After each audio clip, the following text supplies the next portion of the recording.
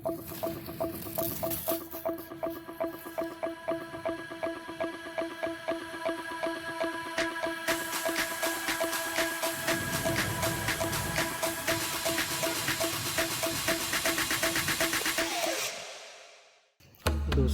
ये जो 20 नंबर की केव है, ये सबसे बड़ी केव है और उनकी भाषा रहती थी पाली। और पाली भाषा में पीले रंग के वस्त्र को पंडू करके पुकारा जाता है। Hello everyone, good morning. मैं हूं Manish Bane and welcome back to our YouTube channel rocks tourism. तो दोस्तों, आज हमारी ये राइड रहने वाली है, ये मीडियम राइड होने वाली है और ये राइड होने वाली है नासिक की ओर। तो दोस्तों, हम नासिक में जाके जितने हो सके उतने स्पॉट्स कवर करने वाले हैं। उसमें से आधे स्पॉट्स आपको मालूम भी रहेंगे और आधे स्पॉट्स आपने कभी देखे भी नहीं रहेंगे। तो आज के इस राइड में दोस्तों बहुत ही मज़ा आने वाला है और ये अपना नासिक सीरीज़ होने वाला है, जिसमें मैं एपिसोडिक राइड्स लेके आने वाला हूँ आपके लिए। तो आपको देखने में भी काफ़ी मज़ा आने वाला है। तो ऐसे ही वीडियो पे बने रहिए और अपने एपिसोड 1 की राइड की शुरुआत करते हैं। गणपति बाप्पा मोरया, मंगल मूर्ति मोरया। तो चलिए दोस्तों, अपने नासिक के एपिसोड 1 की शुरुआत हो चुकी है। मैं सुबह 6 बजे राइड के लिए निकला था। वो टाइम पे बहुत ही अंधेरा था, कुछ दिख नहीं रहा था, इसलिए मैंने मोटो लॉगिंग चालू नहीं किया। और अभी थोड़ा कुछ दिखाई देने चालू हुआ है, तो इसलिए अभी मोटो लॉगिंग भी चालू किया मैंने।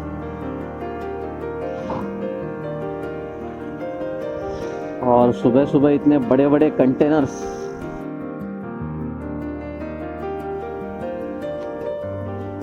वैसे अभी मैं मुरबाड हाईवे पे हूँ।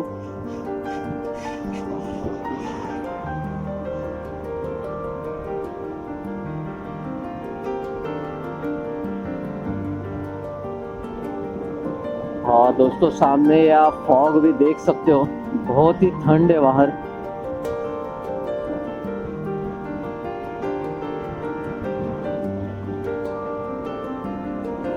और ये सुबह का नज़ारा।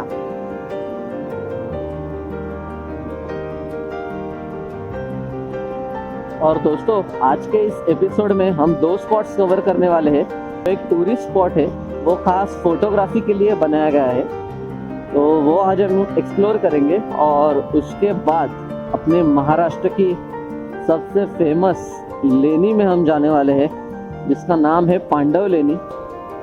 और वो लेनी की मैं आपको सारी हिस्ट्री बताने वाला हूँ कि पांडव लेनी को नाम पांडव लेनी ही क्यों पड़ा। क्या उधर पांडव वास्तव करते थे, और अगर वास्तव करते थे तो उसके बाद वो कहाँ गए। तो ये सारी हिस्ट्री मैं बताने वाला हूँ, तो वीडियो के अंत तक ज़रूर बने रहिए। और आज के इस वीडियो में बहुत ही मज़ा आने वाला है।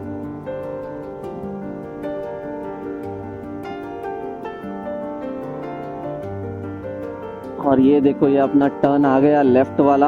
आप ये बोर्ड भी देख सकते हो, टिटवाड़ा, शाहपुर, नासिक, मुरबाड। मुरबाड यहाँ से दोस्तों सामने है और लेफ्ट साइड में है अपना नासिक वे। तो अभी नासिक के साइड चलते हैं।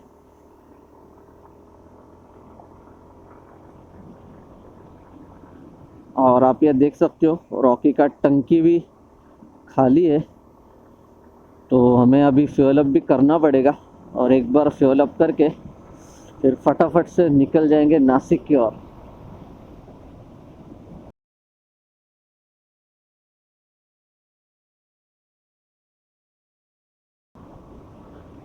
तो अभी पेट्रोल पंप भी आ चुका है मेरे लेफ़्ट साइड में एचपी का। फटाफट से फ्यूल अप करके मैं थोड़ा ज़्यादा डिस्टेंस कवर करने का ट्राई करता हूँ और आपको बाद में मिलता हूँ। ये देखो दोस्तों, अभी कसारा घाट चालू हो चुका है। और आपने अभी तक मेरा कसारा घाट वाला वीडियो नहीं देखा तो मैं उसका लिंक आई बटन में दे दूँगा, उधर जाके आप ज़रूर चेकआउट कर लेना, क्योंकि उसमें मैंने कसारा घाट पूरा एक्सप्लोर किया है। और उसके साथ कसारा घाट में कौन से हिडन पॉइंट्स है वो भी मैंने उसमें बताया है। और कसारा कवर करने के बाद मैं इगतपुरी भी गया था, तो वो पूरा इगतपुरी सीरीज़ मैंने बनाया है। इगतपुरी में जाके आप कौन से स्पॉट्स कवर कर सकते हो, ये सारा मैंने उसमें दिखाया है, तो उसका लिंक भी मैं आई बटन में दे दूंगा, तो वो आप ज़रूर चेकआउट कर लेना। ये देखो कितने बड़े बड़े कंटेनर्स है।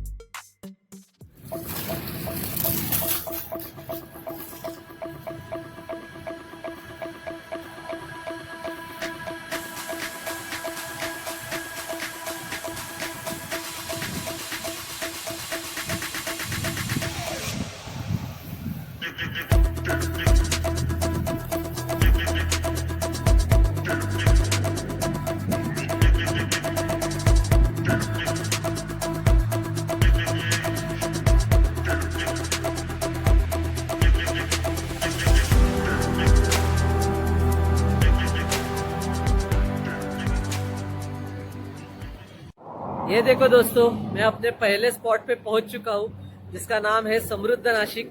उसी को ही एनरिचिंग नाशिक इंग्लिश में कहा जाता है। और ये आप स्पॉट देख सकते हो, ये मेरे लेफ्ट साइड में ऊपर आपको फाइटर जेट दिख रहा रहेगा, उसके पीछे दूसरा फाइटर जेट भी है।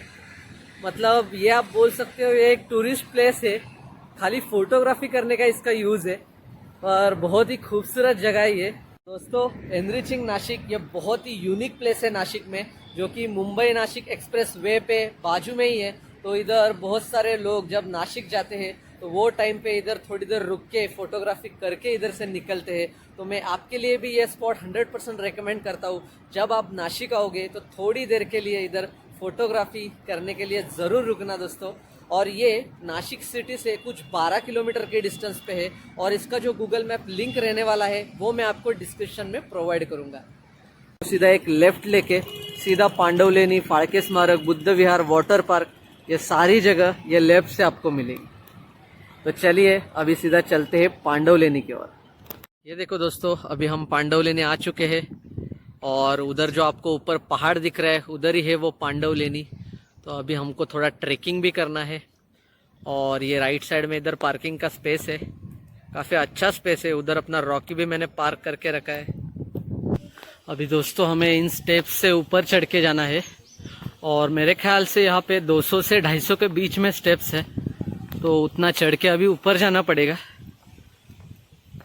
ये इसका एंट्री गेट, और ये जंगल का इलाका देखो कितना खूबसूरत दिख रहा है। और दोस्तों ऐसे कई सारे बोर्ड आपको चलते हुए नजर आएंगे। यहाँ पे लिखा हुआ है त्रिरश्मि बौद्ध गुफाएं, उसी को ही पांडव लेनी कहा जाता है। और दोस्तों ये पांडव लेनी की जो भी स्टोरी है वो मैं आपको ऊपर जाके बताने वाला हूँ।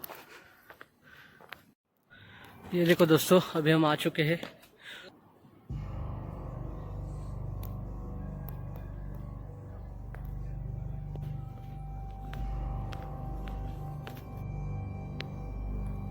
ये देखो दोस्तों, ये रही 10 नंबर की लेनी, और यहाँ पे बहुत सारे कमरे हैं जहाँ पे भिक्षुक रहते थे। दोस्तों यहाँ पे कुछ लेनी का ऐसा सीक्वेंस नहीं है, क्योंकि हम जब एंट्री किए तभी आपने देखा कि सीधा 10 नंबर की लेनी हम लोग को दिखी थी।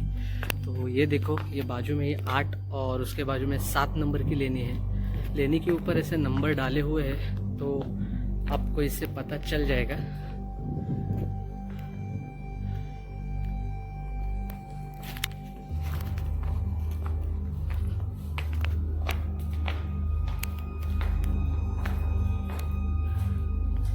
ये लेने में वैसा देखने के लिए कुछ नहीं है, बस ऐसा छोटा कमरा है तो ये 7 और 8 नंबर के बाजू में ही ये जो बड़े बड़े स्तंभ दिख रहे हैं आपको, ये है 6 नंबर की लेनी। इधर भी वैसा कुछ है नहीं, पर इधर लोगों ने गंदा करके रखा है नाम लिख के। तो आप अगर अपने ऐतिहासिक जगहों पर विजिट करते हो तो प्लीज़ ऐसा कुछ काम मत करो। ये रही दोस्तों, ये 4 नंबर की लेनी है और ये ऊपर आप कोरी हुई मूर्तियाँ देख सकते हो। बहुत ही बारीकी से इधर काम किया गया हुआ है। कोने में है वो हाथी है और उसके बाजू में छोटे छोटे सेनापति दिख रहे हैं, और जो माहुत रहते हैं जो हाथी को कंट्रोल करते हैं वो भी हाथी के ऊपर बैठा हुआ है। यह है 3 नंबर की लेनी।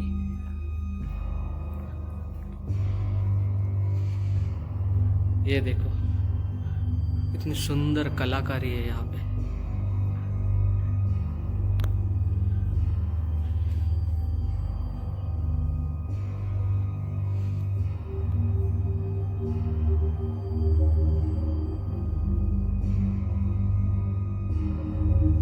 टोटल 19 कमरे हैं ये लेनी में, और ये जो सामने दिख रहा है बड़ा, ये है स्तूप, जिसके बाजू में नर्तिकाएं दिख रही है और ऊपर ये अशोक चक्र भी दिख रहा है। तो ये सम्राट अशोक की भी याद दिलाते हैं। और दोस्तों ऐसे कई सारे छोटे छोटे पानी की टाकियाँ लेनी के बाजू में ही है, और ये दर्शाती है कि भिक्षुक लोग यहाँ पे पानी पीने के लिए आते थे। और दोस्तों ये रही बाजू में ही 2 नंबर की लेनी, जिसमें खुद भगवान बुद्ध बैठे हुए हैं उनके अनुयायियों के साथ।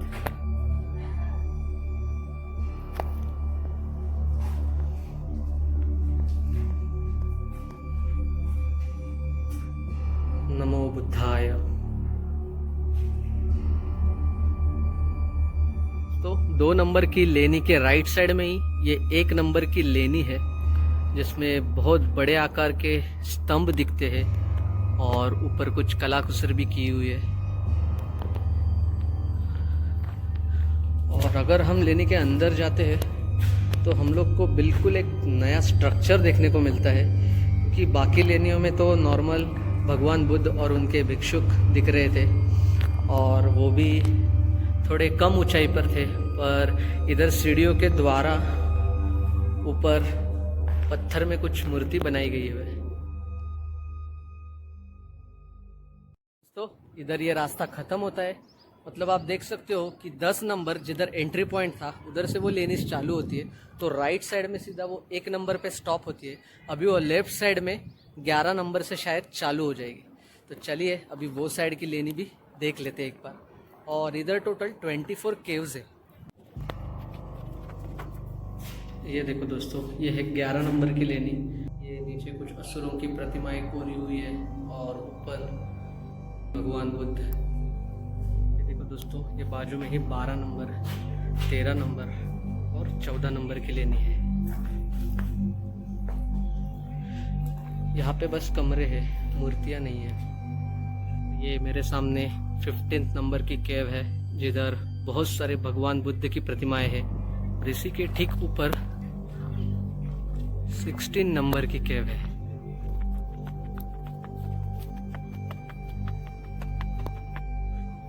और ये 16 नंबर के केव में भगवान बुद्ध की सुंदर प्रतिमा है। ये देखो कितनी बड़ी प्रतिमा है।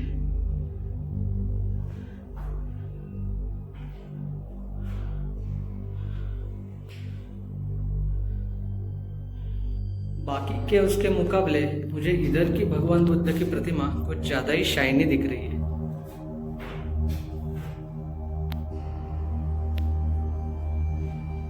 और दोस्तों 22 नंबर की जो केव है उसके नीचे ही ये बजरंगबली और अपने प्यारे गणपति बाप्पा की मूर्तियां बनाई है।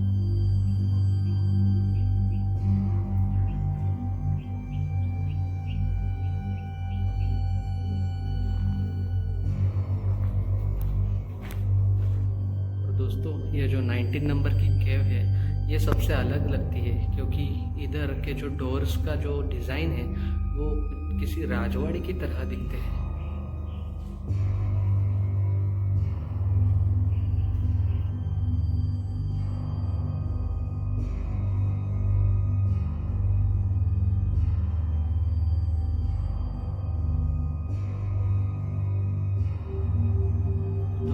यहाँ के स्तंभों के ऊपर अगर आप गौर से देखोगे तो आपको कुछ लिखा हुआ नज़र आएगा।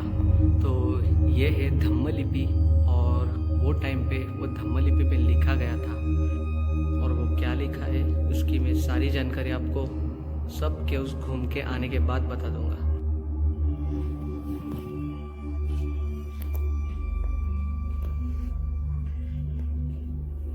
सेवेंटीन नंबर की केव में ये बड़े 4 स्तंभ है, और उनके ऊपर हाथी, माहुत और कुछ राजाओं की कलाकारी दिखाई हुई है।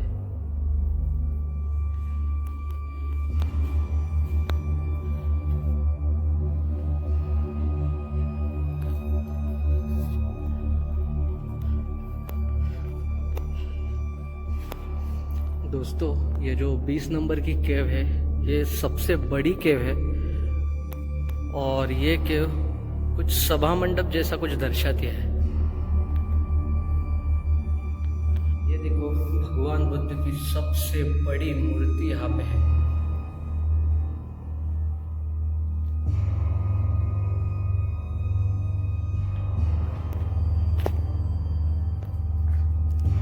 ये 21 नंबर की लेनी है।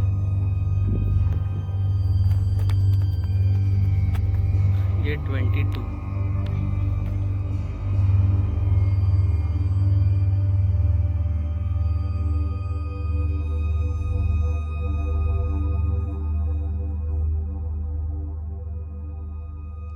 ये है 23 नंबर।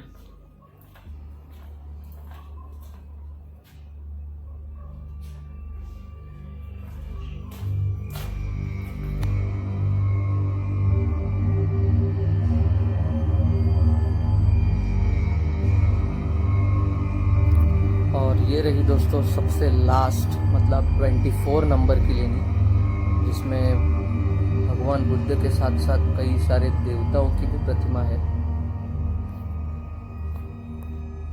तो दोस्तों, अभी आप मेरे साथ सारी लेनी विजिट कर चुके हो, तो अभी मैं आपको इधर कैसे आना है ये रूट बता देता हूँ। अगर आप मुंबई से आ रहे हो तो 160 किलोमीटर की दूरी पर है। अगर आप पुणे से हो तो 220, और नासिक सिटी से हो तो 8 किलोमीटर की दूरी पर है।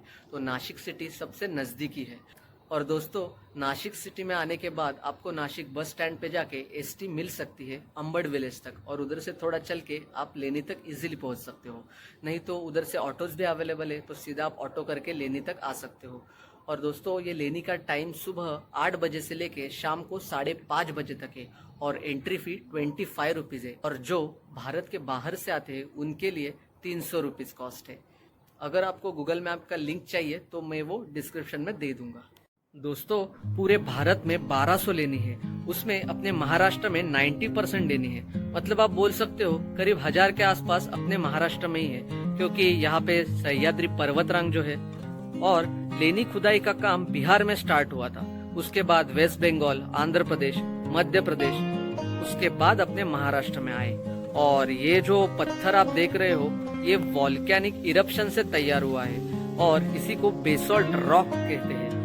भूगोल में आपने तो पढ़ा ही रहेगा कि यह सबसे कठिन पत्थर रहता है। महाराष्ट्र में बहुत सारी लेनी दान की गई है, इसमें से यही है पांडव लेनी, जो कि किसानों, राजा, सैनिकों, भिक्षु और व्यापारों के द्वारा दान दी गई है। और ये टोटल 1500 से 2000 साल पुरानी है। दोस्तों, अभी मैं आपको पांडव लेनी को पांडव लेनी नाम क्यों पड़ा ये स्टोरी बताने जा रहा हूँ। नासिक के लोगों को ये लेनी पता चली थी, पर उधर कौन से लोग रहते वो पता नहीं था। जैसे उधर भिक्षुक रहते थे, भगवान बुद्ध और उनके अनुयायी, और वो पीले रंग का वस्त्र पहनते थे, और उनकी भाषा रहती थी पाली। और पाली भाषा में पीले रंग के वस्त्र को पंडु करके पुकारा जाता है। और ये लोगों ने पंडु का पांडु कर दिया, और पांडु का कब पांडव हो गया वो उनको ही पता नहीं चला। तो ऐसे ही ये लेनी को पांडव लेनी नाम से जाना गया। और दोस्तों, वैसे देखा जाए तो यहाँ पे पांडवों का कुछ भी इस लेनी से संबंध नहीं है। इसका ओरिजिनल नेम त्रिरश्मि लेनी है। दोस्तों, जैसा कि मैंने आपको एक लेनी में दिखाया था कि वहाँ पे स्तंभों पे कुछ तो धम्मलिपि में लिखा हुआ था, तो वही है वो शिलालेख।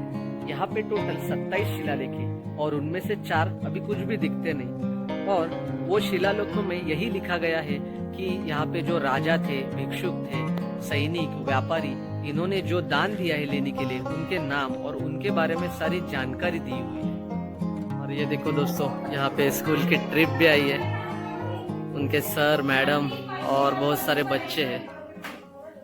तो चलिए दोस्तों, अभी मैं लेनी के नीचे उतर रहा हूँ और आपको भी अगर ऐतिहासिक जगहों पे आना पसंद है तो ये लेनी मैं आपके लिए 100% रेकमेंड करता हूँ। एक बार ये लेनी ज़रूर विजिट कीजिए और अभी तक चैनल को सब्सक्राइब नहीं किया तो प्लीज़ जाके चैनल को सब्सक्राइब कर देना। तो ऐसे ही आने वाले नेक्स्ट व्लॉग में मिलते हैं, तब तक के लिए goodbye and take care.